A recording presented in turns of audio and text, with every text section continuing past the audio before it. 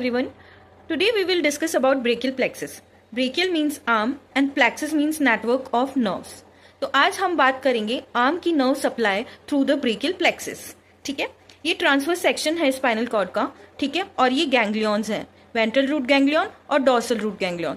Ganglion जो nerve cell bodies होती है उनका गुच्छा होता है और इधर से ही नर्व सेल फाइबर्स, जो नर्व फाइबर्स होती है वो अराइज होती है. तो जो डॉर्सल रूट गैंग्लियन होता है ये सेंसरी टाइप का होता है और इसमें से जो नर्व फाइबर्स अराइज हो रही होती है कुछ तो वो एंटर कर जाती है स्पाइनल कॉर्ड में और कुछ हेल्प करती है अपने स्पाइनल नर्व की फॉर्मेशन में. ठीक है, ऐसे ही वेंट्रल रूट गैंग्लियन होता है जो कि मोटार टाइप का होता है और इसके भी कुछ फाइबर्स एंटर करते हैं स्पाइनल कॉर्ड में और कुछ फाइबर्स हेल्प करते हैं स्पाइनल नर्व की फॉर्मेशन में. अब जो स्पाइनल नर्व्स होती है वो 31 पेयर होती है क्योंकि जैसे हमारा ये स्पाइनल सेगमेंट है, ये नंबर ऑफ स्पाइनल सेगमेंट 31 होते हैं हमारी बॉडी में.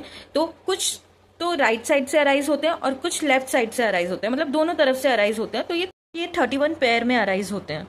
ठीक है, अब जो स्पाइनल नर्व्स होती है हमारी वो मिक्सचर होती है सेंसरी और मोटार नर्व्स की और आगे जाके ये दो में डिवाइड होती है, posterior ramus and anterior ramus. जो पोस्टीरियर रैमस होता है वो हमारी बॉडी के पोस्टीरियर एस्पेक्ट को सप्लाई करता है और जो एंटीरियर रैमस है ये हमारे लिम्स, ट्रंक, इनको सप्लाई करता है एंटीरियरली. और एंटीरियर रैमस ही रिस्पॉन्सिबल होता है फॉर फॉर्मिंग ऑफ प्लेक्सिस, जैसे कि brachial plexus, lumbar plexus, sacral plexus.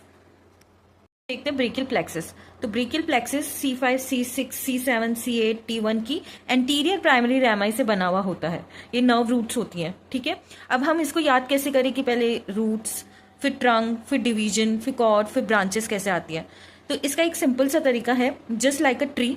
जैसे कि एक ट्री होता है तो सबसे पहले उसकी रूट्स आती है, फिर वो एक ट्रंक में डिवाइड होता है, फिर जहाँ से वो बायफर्केट हो रहा होता है हम उसको डिवीजन कहते हैं.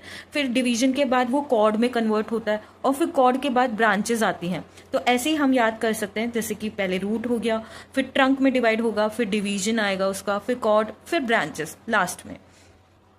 तो अब हम देखते हैं C5, C6 मिलके बनाती है अपर ट्रंक, C7 मिलके बनाती है मिडिल ट्रंक एंड C8 और T1 मिलके बनाती है लोअर ट्रंक. ठीक है, फिर इनके भी डिवीजन होते हैं, जैसे कि अपर ट्रंक दो में डिवाइडेड है, एंटीरियर एंड पोस्टीरियर. ठीक है, ऐसे ही मिडिल ट्रंक भी एंटीरियर और पोस्टीरियर, ऐसे ही लोअर ट्रंक भी. ठीक है, एंटीरियर और पोस्टीरियर में. अब जो एंटीरियर डिवीजन अपर ट्रंक का और मिडिल ट्रंक का एंटीरियर डिवीजन मिलके बनाती है लेटरल कॉर्ड और लोअर ट्रंक का एंटीरियर डिवीजन मिलके बनाती है मीडियल कॉर्ड. ठीक है, और अपर, मिडिल एंड लोअर ट्रंक का पोस्टीरियर कॉर्ड मिलके बनाती है, पोस्टीरियर डिवीजन मिलके बनाती है पोस्टीरियर कॉर्ड.